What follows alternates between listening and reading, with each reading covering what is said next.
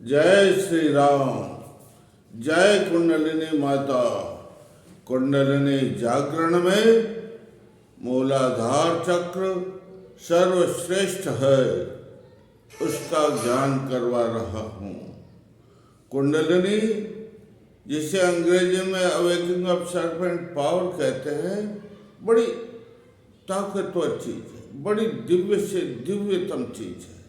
और जिस व्यक्ति की, जिस साधक की कुंडली जागृत हो जाती है तो उसका संसार जागृत हो जाता है, वह स्वयं दिव्यतम बन जाता है। ये ब्रह्मांड है, इस ब्रह्मांड में जितनी शक्तियां हैं वो कुंडली जागरण से हमारे इस पिंड ब्रह्मांड में वह सब शक्तियां आ जाती है।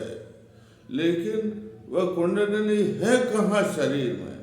ये हमारा तो शरीर पंचभूत का बना हुआ, पृथ्वी तत्व, जल तत्व, अग्नि तत्व, वायु तत्व और आकाश तत्व, ये तत्व है। 5 तत्व से शरीर बड़ी स्थूल शरीर बना हुआ।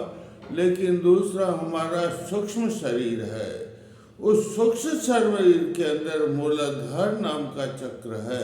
उस मूलाधार चक्र के अंदर जो है कुंडलिनी स्थित है।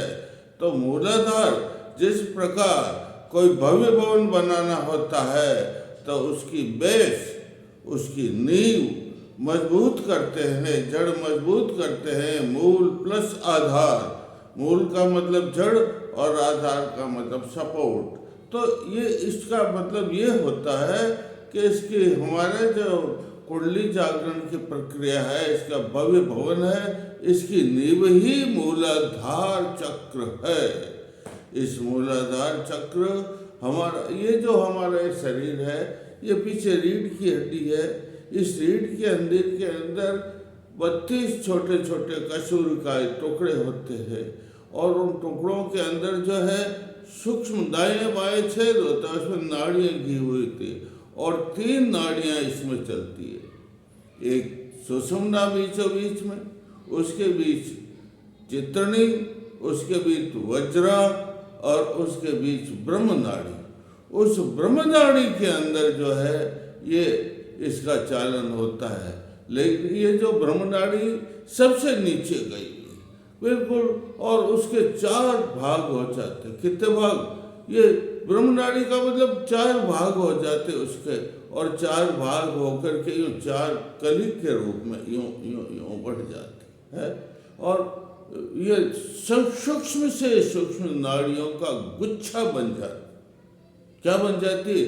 नाड़ियों का इस प्रकार, ये देखो इस प्रकार ये गुच्छा बन जाती है। और फिर इस गुच्छे के ऊपर वो जो है 3 लपेटे। क्या? इस गुच्छे को कहते हैं कंद, इस गुच्छे को कहते हैं स्वयंभुलिंग, और इसी गुच्छे को कहते हैं सुमेरु पर्वत। क्या कहते हैं? अरे सुमेरु पर्वत के ऊपर तो देवताओं का निवास, देवी देवताओं का निवास होता है। तो इस सुमेरु पर्वत के ऊपर ये हमारी जो कुंडलिनी है वो क्या करती है? कुंडली का मतलब सर्पणी एक प्रतीक है। ये सर्पणी जैसे अलंकार होता है ना कविताओं में, जैसे ये अलंकार स्वरूप है। ये कुंडलिनी उस स्वयंभू लिंग के ऊपर 3.5 फेरे, कितने फेरे?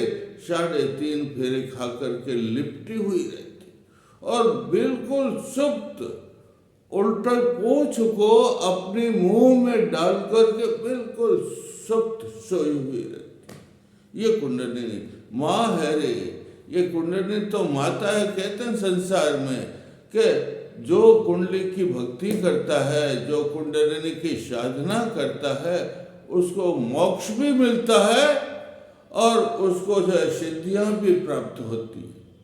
लेकिन जो एक ही देवता का दूसरे देवता का साधन करता है उसको केवल मोक्ष मिलता है। लेकिन ये ऐसी शक्ति दिव्य शक्ति है, दिव्य से दिव्यतम शक्ति है, रहस्य से रहस्यमय शक्ति है, गुप्त से गुप्तमय शक्ति है, जिससे हमें दोनों चीजें प्राप्त होती है। और ये किसमें स्थित है? मूलाधार। सब चक्र होते हैं, ये जब जागती है तो ये मैंने जो रीढ़ की हड्डी बताई उसमें सुषुम्ना नाम की नाड़ी मुजरानी में चलती है। क्या करते हैं? कितने? ये हमारे शरीर के अंदर 10 वायु, मुख्य तो प्राण वायु कितने हैं? प्राण, अपान, व्यान, समान, प्राण और उदान, और 5 ही इसके उपवायु है। देवदत्त, नागजय, धनंजय, ये 5 और 5 10, और गुण 50 पवन है। कितने पवन है? गुण 50 पवन है भाई। उन साधक गुण 50 पवन का क्या करता है? साधना करता है और गुण 50 पवन को एक कर देता। क्या कर देता? एक है। लो, एक तो एक में शक्ति होती और एकदम गुण 50 पवन में शक्ति होती। उस शक्ति से क्या होता है? जब जोर का हुंकार हम, कैसा हुंकार? वो गुण 50 पवन की वायु के हुंकार लगाता है तो एकदम गर्मी होती। क्या होती है? और गर्मी से क्या होता है? वो हमारी कुंडली माता क्या होती? नींद से जाग जाती। क्या करती है? नींद से जाग जाती है। और नींद से कैसे जागती है? वो उष्मा से वो उसमें चेतना आ जाती है। क्या आ जाती है? चेतना। अचेतन होते, जब नींद में सोए रहते अचेतन रहते, लेकिन जब जागती है तो उसमें चेतना आ जाती है और उसका मुख खुल जाता है और मुख में से पूंछ जो है बाहर निकल जाती है। और मैंने कहा नहीं आपको, ब्रह्मनाड़ी है जो नीचे आती है सबसे, ये कॉलम स्पाइनल कॉलम है, रीढ़ की हड्डी, इसमें से चलती हुई सबसे नीचे आती है। तो उसके नीचे ये हमारा बाल है, इसके 100वें, इसका जो ऊपर का सिरा है, इस सिरे के 100वें के समान, 100वें भाग के समान संक्षिप्त छिद्र होता। क्या होता है? और वो जो है, जो कुंडली जिसे कहते हैं, वो सीधी उस छिद्र के अंदर क्या हो जाती? प्रवेश कर जाती। क्या जाती? और प्रवेश करते ही तो एकदम प्रकाश होता मूलाधार। मूलाधार का मतलब कितना क्षेत्र? मूलाधार का ये हमारा अधो क्षेत्र सारा, गुदा, वायु, गुदा, कंद और पर्जन क्षेत्र, पुरुष क्षेत्र, ये योनि क्षेत्र, ये सारे, ये पांव, ये सब जो है इसमें, ये इसको योग की भाषा में दक्षिणी ध्रुव भी कह सकते हैं भाई। ये जो सारा भाग अंत क्षेत्र है, अधो क्षेत्र, इस क्षेत्र के अंदर एकदम प्रकाश। क्या होता है? एकदम प्रकाशित, यो कंपन होता। क्या होता? हड़कंप होता है और इसके कंपन होने से पूरे शरीर में रोमांच। क्या हो जाता? पूरे शरीर में रोमांच हो जाता है। और फिर उसको जो है वो, फिर साधक को जो दिव्यता प्राप्त होनी चाहिए, साधक तो बिल्कुल साधारण होता है बिल्कुल, लेकिन उसमें जो दिव्यता प्राप्त होने, इस दिव्यता भी तो छपी हुई है ना, इसमें सिद्धियां भी तो छपी हुई है ना। तो वो एकदम सिद्धियां, दिव्यता जो मूलाधार चक्र के अंदर है, वो एकदम प्रकट हो जाती। अरे कहते हैं इस मूलाधार के अंदर चिति क्षेत्र है, उस क्षेत्र के अंदर हमारे पुराने संस्कार, कौन से संस्कार? पुराने संस्कार छिपे हुए। वो जब हमारी कुंडली जागृत होती है तो उसके साथ वो जो क्षेत्र है, पुराने संस्कार, वो एकदम उठ जाते। क्या करते हैं? और बाहर निकलते हैं भाई। लेकिन फिर कुंडली के प्रकाश से, दिव्यतम कुंडली की शक्ति से मूलाधार में वो जो उठे हुए संस्कार हैं वो बिल्कुल शुद्ध हो जाते। क्या हो जाते हैं? शुद्ध। और कहते हैं, शास्त्रों में लिखा हुआ, संस्कारों तो भोग के संस्कार, कर्म संस्कार है, उनको तो भोगना ही पड़ता है। लेकिन कुंडलिनी जिस साधक का मूलाधार चेतन हो गया, मूलाधार जागृत हो गया, उसके पूर्व जन्म के सब संस्कार शुद्ध हो जाते हैं और किसी प्रकार का उसको भोगना नहीं पड़ता है।